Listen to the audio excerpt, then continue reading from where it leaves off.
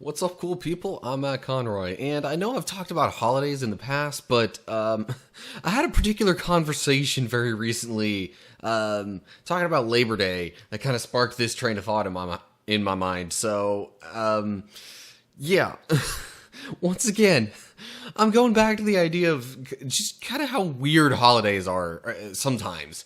So what sparked this was I was talking with a student.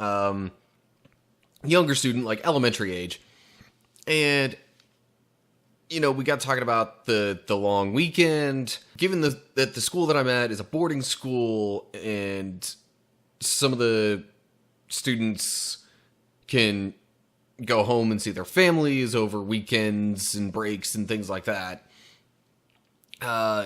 With this being a longer weekend, I was talking about, oh, hey, it's a long weekend.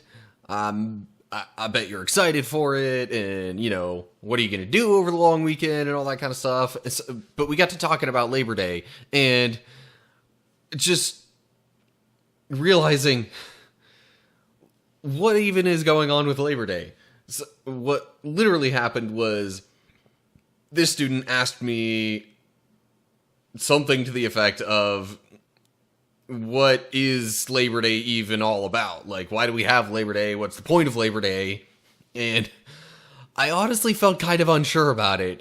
My answer was, that people will take Labor Day either as just a break, as, some time off to do something a little bit different, or some people, I can't say for sure if it's more or less, but some people, and I think the reason Labor Day originally started was to have time off of your designated work to go out into the community and volunteer and help people and do other stuff to build up the community around you. But I honestly couldn't give a totally for sure answer with, total confidence. And it just got me thinking, how many holidays do we have that we really, we haven't passed on the explanation for them or, given any good reason why they should be there? And I'm not even going to go into much about the arbitrary, it's National this day or that, National Donut Day, or National Milkshake Day, or all these totally just somebody just decided, hey, let's make this day because we want to advertise our product, yeah. In terms of, kind of the more significant primary holidays, I realized, and I hope this doesn't continue to be a trend, where we have these holidays that we do not explain to kids, because then we're just going to have these days that it's hey, we have off from school and work and we get to celebrate something. What are we even celebrating again? I know some holidays have gotten very much kind of twisted around and commercialized in a sense, especially ones like Christmas and Easter and different things like that. And, there might be little glimpses of the original intent and what the holiday is actually all about, but some people who don't necessarily talk about that outright, it gets kind of glossed over by the commercialism of things, or just the fact that there's a day off that we could just relax and do whatever. And I think it's kind of a little bit of a sad statement in general that we seem to not be passing on tradition very well. I know for my own family, we'll have certain little traditions connected with specific holidays or not. But I think even just kind of the losing the story of your heritage and where your family came from and all that, that's also becoming far more frequent. That's why the relevance and emergence of things like, 23andMe or these different DNA tests are so much more pronounced now than they have ever been before, because people, don't pass along their heritage, their traditions, and different things like that. And in a country where, like, literally the whole world kind of comes together, or at least the majority of it, it's just like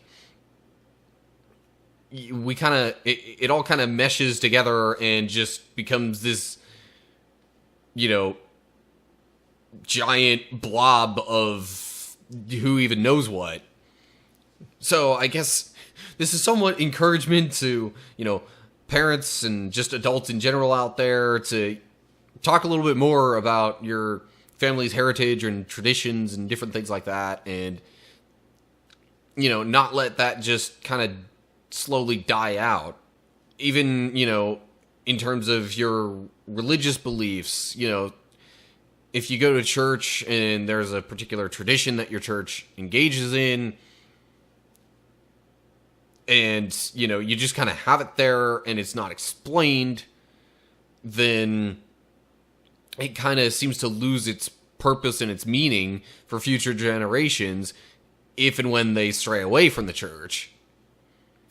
And that's part of the reason this has all become so prevalent these days too, is because people take such divergent life paths, whereas in, former years, you'd have like family businesses that would go through multiple generations, or you'd have certain lines of work that would be kind of firmly established within your family. And these days that's not as much of a thing. And while I'm not saying that's entirely bad for families, to have their kids branch off and do different things with their lives, I do kind of wonder, again, about the whole tradition and the history and all that kind of stuff. And, whether or not that's going to continue to be passed along.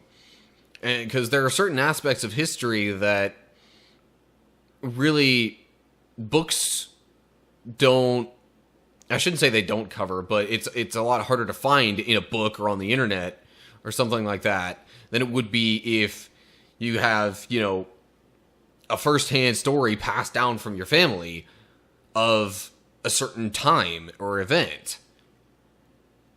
So, in a sense, we're kind of losing history a little bit if we don't kind of pass on these stories and traditions of our families. I mean, I don't even know my own heritage super duper well. I mean, I know my family's more Irish than anything else on both sides.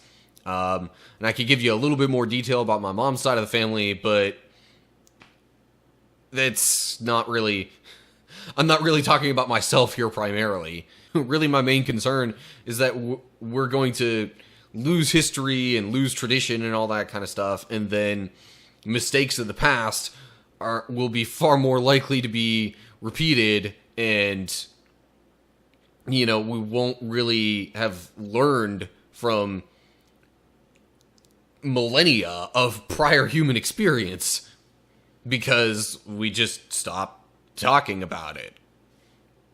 Anyway, I don't know. This is just thoughts swirling around in my head. I guess, like I said, this is kind of encouragement to continue talking about these things. And if you don't know, maybe try and research a little bit. Losing our history kind of makes us lose the overall diversity, I think, within our country, which is supposed to be one of the most touted, things that we're proud of.